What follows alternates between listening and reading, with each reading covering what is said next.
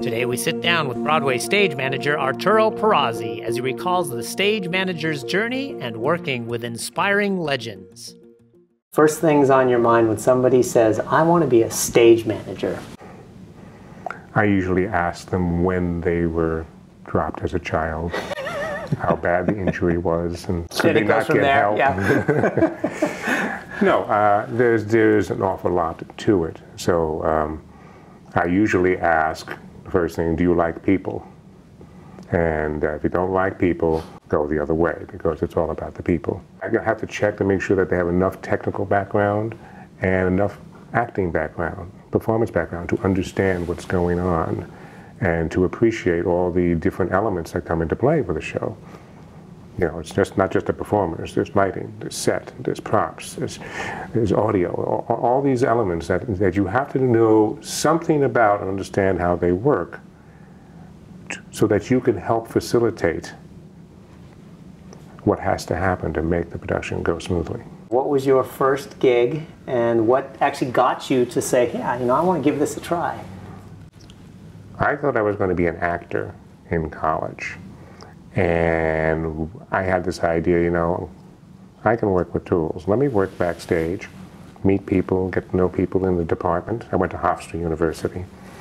And one, that was a very good idea because I had met a lot of people instantly. And I got to work right away on shows. You didn't have to be tested. You know, like, we need people here to do this and do that. And then, you know, oh, you can handle a hammer. Oh, great. Oh, you know how to use a screwdriver and a drill. Oh, and next thing you know, they're using you more. And I ended up being an employee, like a student aid employee.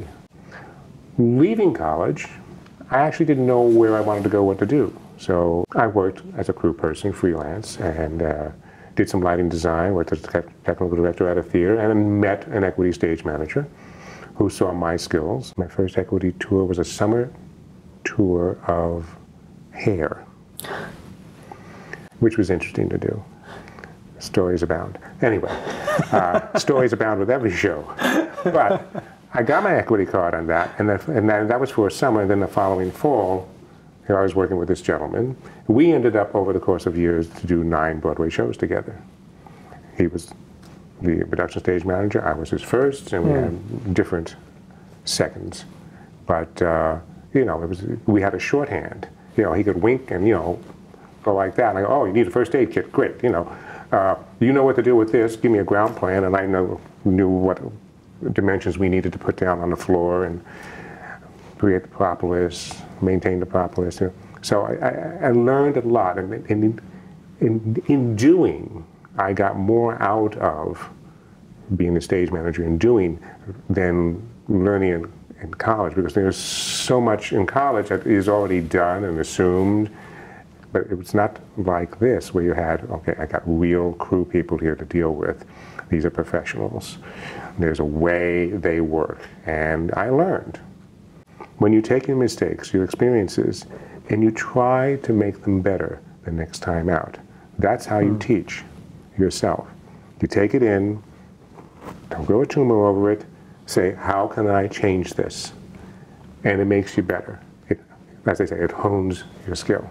One of the great things about being a stage manager, because you're in the middle of it and because you are so a part of the creative, as well as the technical, you're balancing both. It's the people you work with, the designers, the writers, the choreographers, the directors, and the performers, the actors. It's always amazing to see. I can go through my entire career and pick out every show some moment, some, as I would say, pinch me. I can't believe I'm here. I mean, and it started for me when I was at Hofstra. Between my junior and senior year, I was working at Westbury Music Fair. And the first person I had to work with was Sammy Davis Jr. You know, and I'm like, oh my God, it's Sammy Davis Jr.